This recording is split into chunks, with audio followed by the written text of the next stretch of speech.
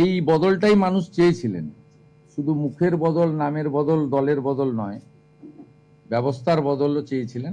অনেকটা হয়ে গেছে, কিন্তু এক মাসও হয়নি, 3টে সপ্তাহ পেরিয়ে 4র্থ সপ্তাহে এত তাড়াতাড়ি এর থেকে বেশি কিছু করা সম্ভব বলে আমার মনে হয় না। আরেকটা, গত কয়েকদিন ধরেই মাঝে মাঝে ব্রেকিং নিউজ আপনারা দেখাচ্ছেন, সিআইডি অমুকের বাড়ি তমুকের বাড়ি। এটাতে বিজেপি বা সরকারের কোনো রোল নেই। আপনাদের বলছি, 9 মে মাননীয় স্পিকার পশ্চিমবঙ্গ বিধানসভা রথীন্দ্রনাথ বোসকে আঞ্চলিক দল তৃণমূল কংগ্রেসের সর্বভারতীয় সাধারণ সম্পাদক, তিনি একটি চিঠি লেখেন যে শোভনদেব চট্টোপাধ্যায়কে লিডার অফ অপোজিশন, এরা আইনও জানে না, ডেপুটি লিডার আইনে নেই, এলওপি আছে আর হুইপ আছে, তাকে লিখে দিয়েছেন অসীমা পাত্র, নয়না বন্দ্যোপাধ্যায় ডেপুটি লিডার, ফিরাদ হাকিম আর চিফ হুইপ। 9 মে। 18 মে স্পিকারের নির্দেশে principal secretary West Bengal legislative assembly, আমাদের যেমন সরকার ক্লেম করতে যখন আমরা গেছিলাম লোকভবনে ভূপেন্দ্র যাদবজির নেতৃত্বে, শ্রমিক ভট্টাচার্য মহোদয়ের নেতৃত্বে, সেদিন আমাদের যে কনভেনশন সেন্টারে মাননীয় অমিত শাহজি এবং মাননীয় মোহন মাঝির উপস্থিতিতে রেজুলেশন হয়েছিল, সেই মিনিটসও জমা দিতে হয়েছে। এর আগে 21-এও আমাকে যখন এলওপি হতে হয় তখন সেখানেও রেজুলেশনের কপি জমা দিতে হয়েছে। 18 মে প্রিন্সিপাল সেক্রেটারি আঞ্চলিক দলের সর্বভারতীয় সাধারণ সম্পাদককে মিনিটস বা রেজুলেশন জমা দেওয়ার জন্য চিঠি করেন। 20 মে তৃণমূল কংগ্রেসের সাধারণ সম্পাদক তিনি একটা রেজুলেশনের কপি পাঠান 70 জনের এমএলএ সই করা। 27/5 2জন এমএলএ এই যে রেজুলেশনের কপি, এতে ব্লক লেটারে 10 জনের নাম লেখা আছে। ব্লক লেটারে তো হয় না,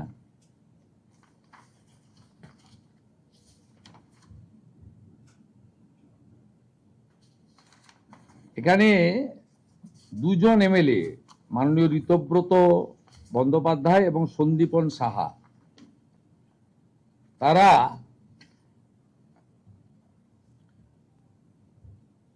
অভিযোগ করেন, বলে দিচ্ছি অভিযোগটা কি। 2 MLAs of AITC submitted a complaint to the Honorable Speaker alleging that no resolution was adopted with regard of selection of LOP on 6/5/2026.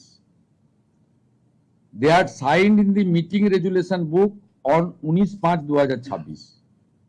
The complaint alleges that the resolution dated 6/5/2026 was manufactured and fabricated. The complaint mentioned that as many as 14 signatures were in block letters. টিএমসির 2জন এমএলএর অভিযোগের ভিত্তিতে স্পিকারের নির্দেশে principal secretary hair street থানায় একটি FIR করেন এবং home সেক্রেটারির নির্দেশে আমার অনুমোদনে পুলিশ মন্ত্রী হিসেবে এটাকে সিআইডিতে দিয়ে দেয়। সিআইডি 13 জন এমএলএ কে ইনভেস্টিগেট করে with video photography and signature verification করার জন্য সরকারি লোককে সাথে নিয়ে বাহারুল ইসলাম এমএলএ,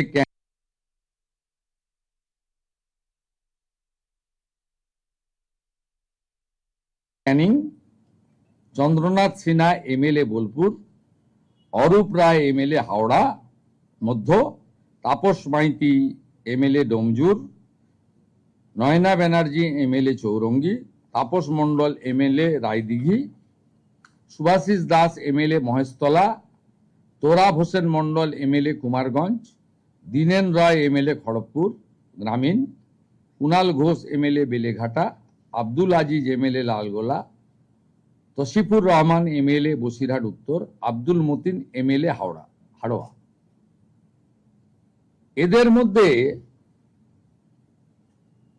একজন এমএলএ এলাকায় না থাকার জন্য তার সঙ্গে মিট করতে পারেনি, সমর মুখার্জি রতুয়া। তিনি নেই, পরে তাকে সিআইডি কথাবার্তা বলবে ওনার টাইম মতো, উনি ফিরলে বা কোথাও কাজে গেছেন।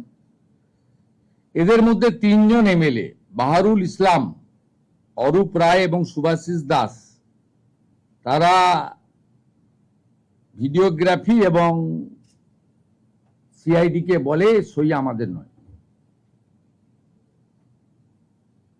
এর মধ্যে বাহারুল ইসলাম ক্যানিং পূর্ব, তিনি বলেন he was present at his residence and ভাঙড়। উনি কলকাতাতেও আসেননি। এদের যে হেরে যাওয়ার পরে চুরির অভ্যাস কাটেনি, যে স্ট্যাম্প ভেটারান চোর এরা, এত প্রতিষ্ঠিত চোর, এটা তো দেখা যায় নিজের দলের এমএলএদের সই জাল করেন এবং তিনজন এমএলএ সেটা কনফেস করে সিআইডির সামনে, হ্যান্ডরাইটিং এক্সপার্ট এবং ভিডিওগ্রাফির সামনে। তারা কেন ফাঁসবেন? মালের দায়িত্ব আরোহীর, কেন ফাঁসবেন তারা বেচারীরা বলুন?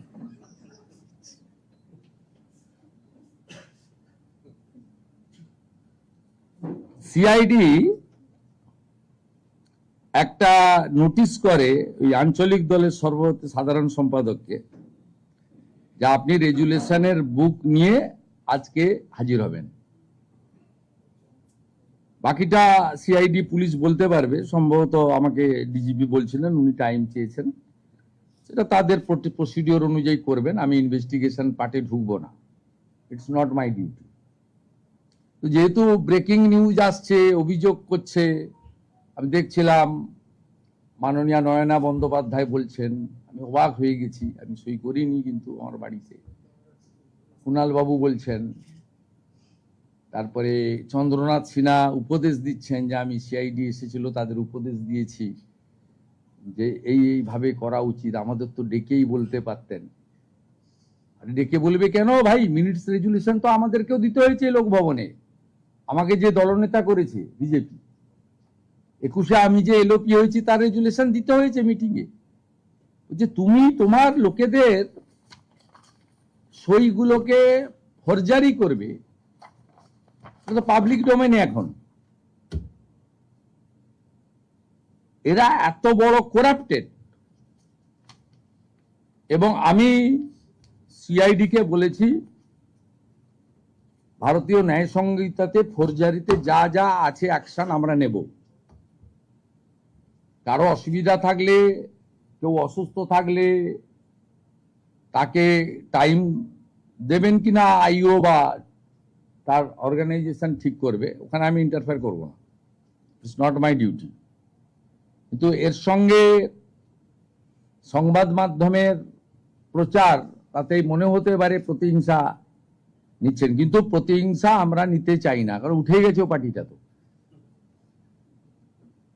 পার্টিটা উঠে গেছে। আমি তো কোনোদিন দেখিনি প্রতিদ্বন্দ্বী প্রার্থী ভোটের আগেই বলছেন যে আমি লড়বো না, মানে কার্যত পার্টিটা উঠে গেছে। এবং কালকেও টিভিতে দেখছিলাম যে 80-র মধ্যে 17 আপনারা রিলে করছিলেন ওই ওয়ানডে ম্যাচের মতো, এক্ষুনি 14 হলো, বেড়ে হলো 15, তারপরে আবার খানিকক্ষণ পরে বললেন 16 হলো, তারপর লাস্টে 17তে আটকে গেলেন, আর বাড়ছে না। তারপরে অসমর্থিত সূত্রে 20, কেউ বলে 17, বললেন আজকের মতো বাতিল। এত আন্দোলন হচ্ছে চারিদিকে, মিছিল আর মিটিং, বিধায়করা পৌঁছাতে পারেননি। মিছিল কি হয়েছে আমরা দেখেছি গতকাল, আজও দেখব। আপনাদের কোনো লোক রাস্তায় নামবে না, রাস্তায় নামবে না। যে কাণ্ড কারখানা আপনারা করেছেন, কোনো সুযোগ নেই পশ্চিমবঙ্গে আপনাদের। অতএব আপনাদের মাধ্যমে আমরা বলতে চাই যে বর্তমান রাজ্য সরকার আমাদের কোনো এজেন্ডার মধ্যেই নেই। ওরা আপনার দলের এমএলএরা লিখিত অভিযোগ করেছে, আপনাদের দলের লিখিত অভিযোগের ভিত্তিতে এফআইআর হয়েছে। এখানে সচিবেরও কোনো রোল নেই, স্পিকারেরও কোনো রোল নেই। আপনাদের দলের 14 জনের সই ব্লক লেটারে আপনারা করেছেন, যেটা উনাদের সই নয়। 13 জনের মধ্যে 3 জন কনফেস করে দিয়েছে, বাকিরাও এদিক ওদিক করে বলেছে, যা বলেছে আইও জানে, প্রয়োজন হলে কোর্টে কেস ডায়েরি জমা দেবে। কিন্তু আমি পরিষ্কারভাবে বলতে চাই, এই তঞ্চকতা, এই প্রতারণা, এই ধরনের সই দুর্নীতি নিজের দলের বিধায়কদের সঙ্গে নিজেরা যেটা করেছেন, নীতি নৈতিকতার প্রশ্ন তো আলাদা। আমরা আমাদের পুলিশ, রাজ্যের পুলিশ, বিএনএস এর অন্তর্গত যা করার করবে, এবং যারা তদন্তে সহযোগিতা করবেন নিশ্চয়ই তাদের কথা তদন্তকারীরা একরকম ভাববেন, আর যারা তদন্তে অসহযোগিতা করবেন তাদের জন্য আইনে যা আছে তাই হবে। এর কোন রকম এই সরকার, যে সরকার আইনের শাসন প্রতিষ্ঠা করেছে, শাসকের আইন নয়, সেখানে আপনাদের কেউ যারা এই অবৈধ কাজ করেছেন, সই চুরি করেছেন, ছাড় পাবেন না। এটা খুব স্পষ্টভাবে আমি আপনাদেরকে জানিয়ে দিতে চাই।